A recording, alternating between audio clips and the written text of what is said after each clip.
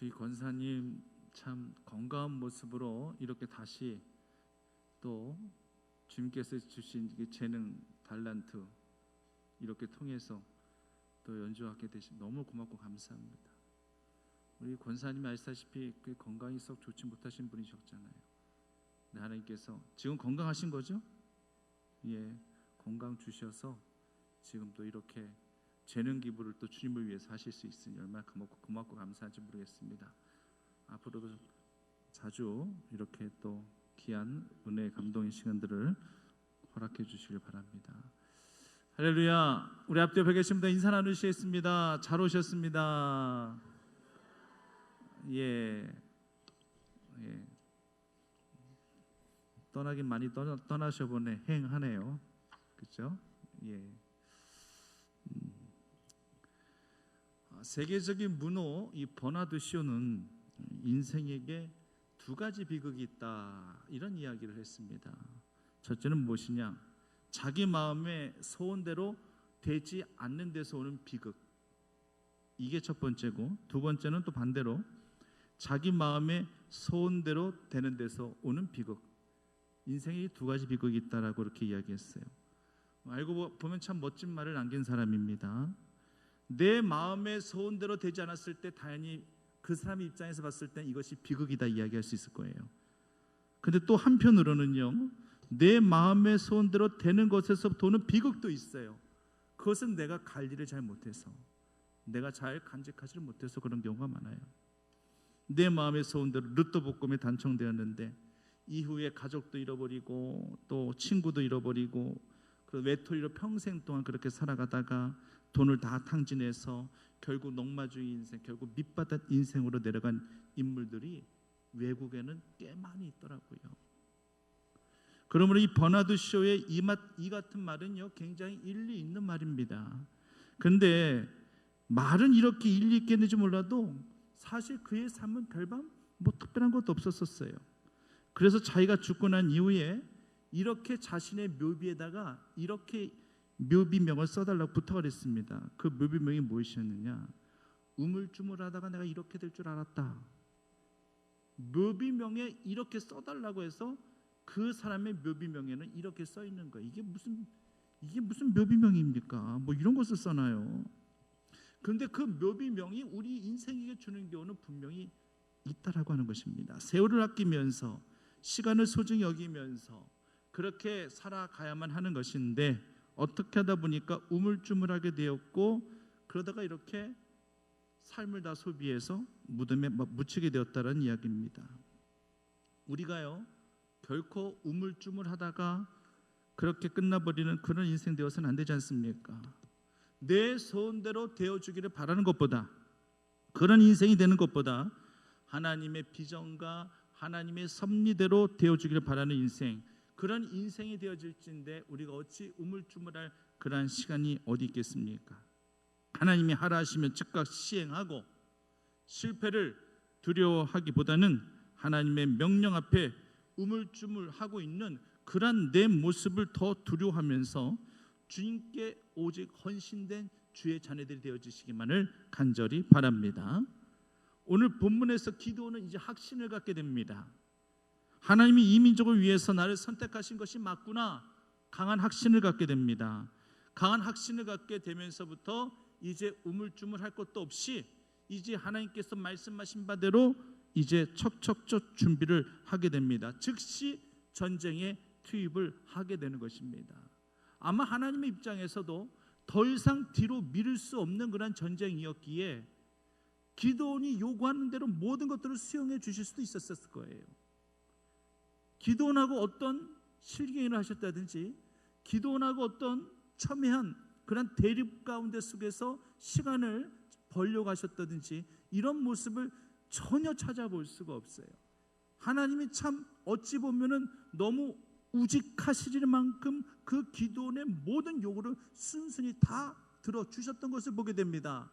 아마도 이것은 더 이상 이 미디안과의 전쟁을 미룰 수 없는 전쟁, 그렇기 때문에 결코 우물쭈물하다가 그 타이밍을 놓쳐버려서는 안 되겠다 싶으셨는지 하나님이 그래서 즉각적으로 이 기드온을 전쟁의 현장에 보내시고 계시는 것을 보게 됩니다. 이때 이 기드온을 따르는 그런 무리들이 한 몇 명 정도 됐는가 봤더니만 한 3만 2천 명 정도 됐어요. 물론 미디안 군사, 이 미디안 병력에 비한다 할지라면 턱없이 부족합니다. 그들은 13만 5천 명이에요.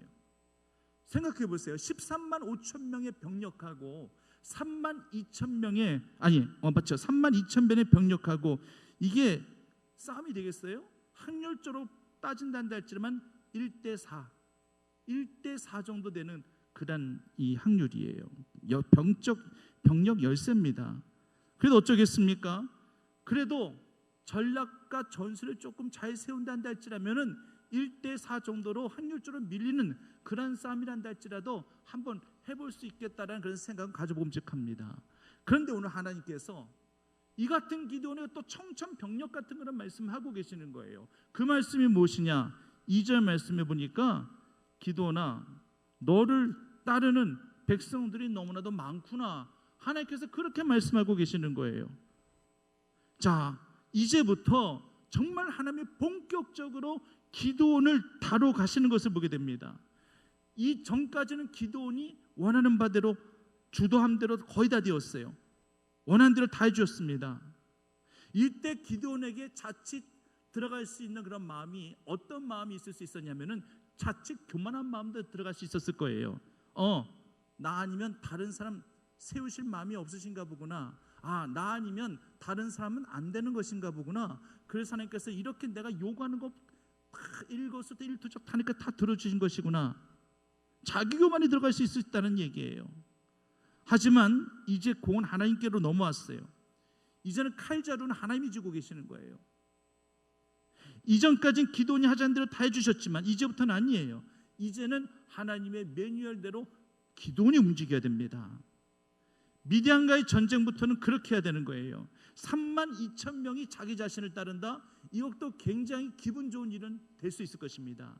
왜냐하면 자기가 원래부터 유명한 사사로서 그렇게 이스라엘 백성들에게 어필했었던 그러한 영향력 있는 그러한 존재감 있는 존재가 아니었잖아요.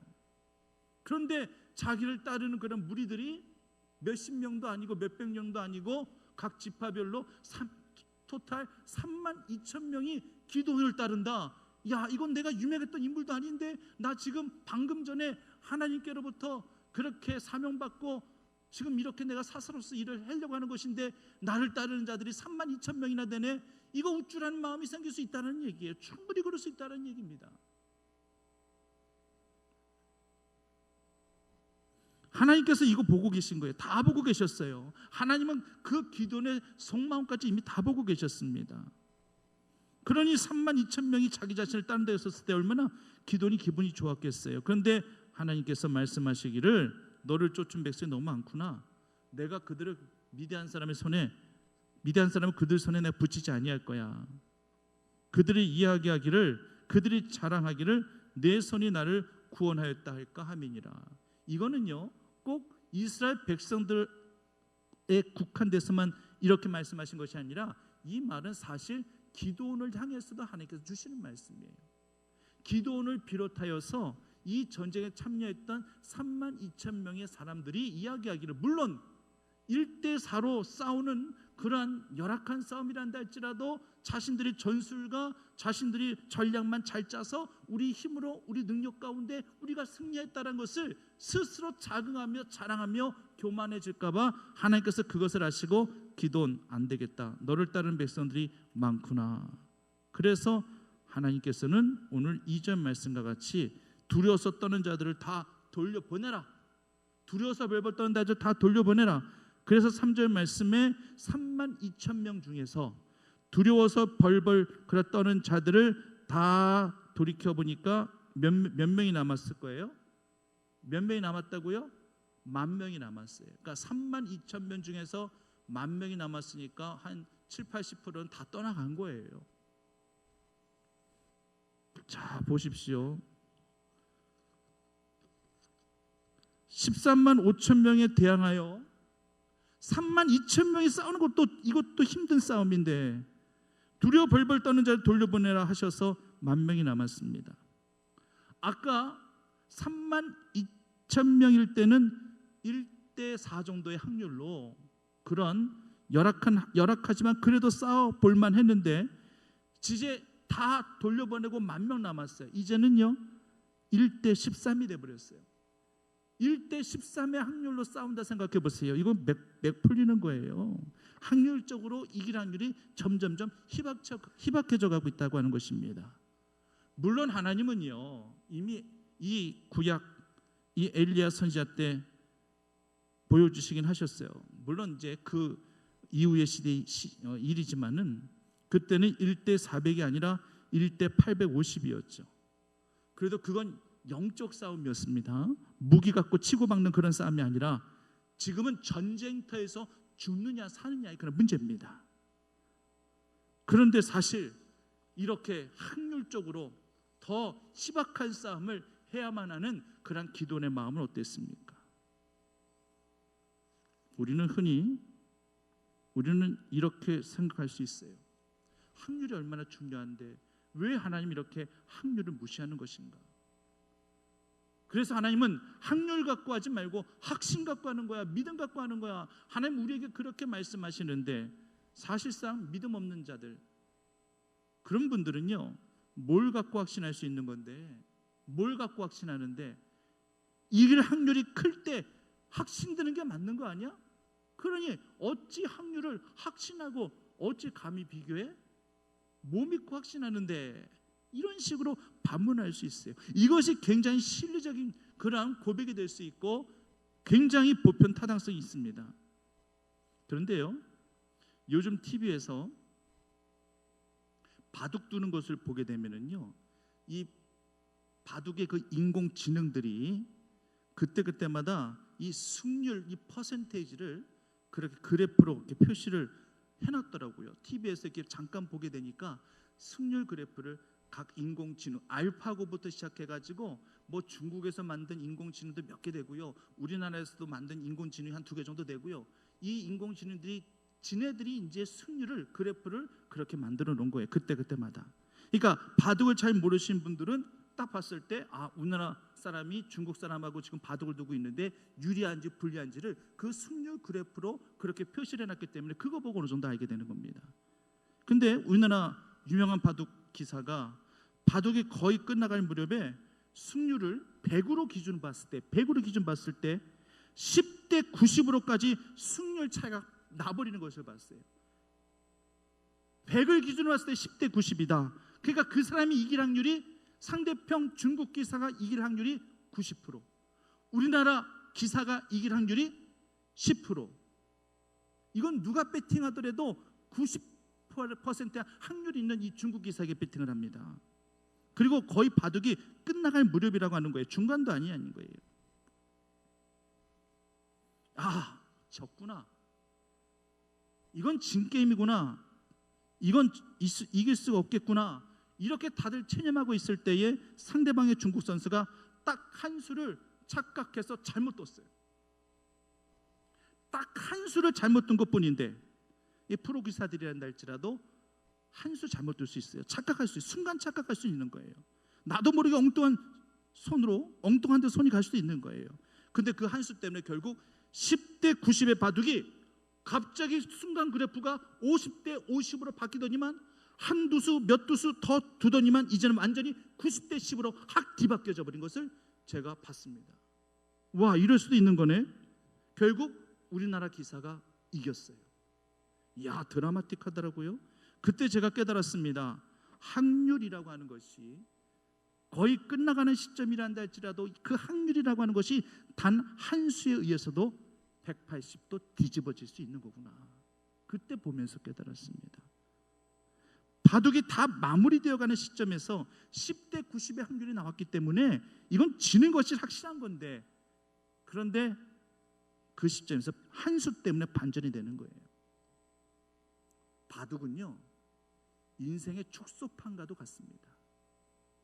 거기에는 인생의 경영도, 포석을 통해서 인생의 경영도 담겨져 있고요, 또 더 많이 소유하려고 하는 또 싸움을 붙였으라도 싸움바다로 몰고 가면서 더 싸움을 하려고 하는, 더 많은 것들을 더 차지하려고 하는, 소유하려고 하는 인간의 욕망도 그 안에 있습니다. 때로는 대의를 위해서 순간, 때로는 참아둬야만 되는 인내도 그 바둑에 있고요. 때로는요, 사석작전을 통해 가지고 더 큰 그림을, 그 돌들이 희생시킴을 말미암아 더 큰 그림을 그려보자고 하는 그런 비전도 담겨져 있습니다. 그리고 방금 말씀드렸던 것처럼 자 이제 됐구나, 이제 이겼구나 생각할 그 시점에 단 한 수 삐걱하는 바람에 전체를 다 그르칠 수도 있는 것이 바둑이에요. 그래서 끝까지 신중함이 요구되어지는 바둑, 인생의 축소판과도 동일합니다. 1대4 정도면 물론 불리하긴 하지만 한번 해볼 만했습니다. 그런데 확률이 1대14가 되는 순간 이건 전이상실입니다. 힘 빠지고 맥 풀리는 일이에요. 그런데 여기가 또 마지막이 아니라 하나님은 또 말씀하시는 거예요. 4절 말씀에 하나님이 기드온에게 이르시되 백성이 아직도 많으니 그들 인도에 물가로 내려가라. 10,000명이 아직도 많답니다. 상대방은 13만 5천 명이나 되는데 거기에 비해서 지금 10,000명, 1대 지금 14로 싸워야 되는 그런 상황인데 그 10,000명도 많다는 얘기예요. 그래서 결국에는 구별해서 무릎 꿇고 물을 마시는 자, 아니면 핥아 가지고 그렇게 손으로 움켜줘서 그렇게 마시는 자를 구분해서 결국은 돌려보낼 사람들 돌려보내고 손으로 움켜서 하는 그런 단 300명의 용사들만 추려서 이 300명의 용사 가지고 싸움을 하게 하시더라라고 하는 것입니다. 10,000명도 많다고 돌려보내시는 거예요. 10,000명 중에서 9,700명 돌려보냈어요. 300명밖에 남지 않았습니다. 이제는 경쟁률이 어떻게 되는지 아십니까? 1대400이에요. 이길 확률 1대400. 1대13에서 1대 아까 몇이었죠? 방금 몇이었죠? 숫자는요 까먹었어. 장기도 장로님 1대 몇이었죠? 수학 우리 장로님이시니까 1대14였다가 헷갈려. 1대400이었죠. 1대13에서 1대400에서 지금은 지금 1대400이지. 통과 패스. 중요한 건 지금 1대400이라는 얘기예요.